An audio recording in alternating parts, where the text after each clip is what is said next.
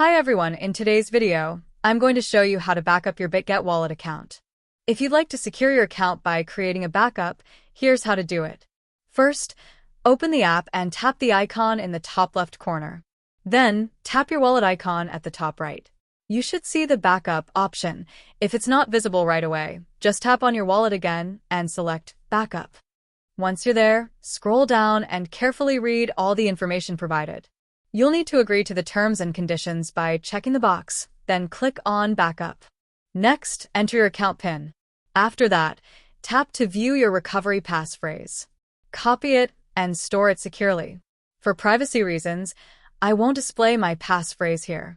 Finally, click Backup at the bottom right, enter your passphrase as requested, and hit Confirm.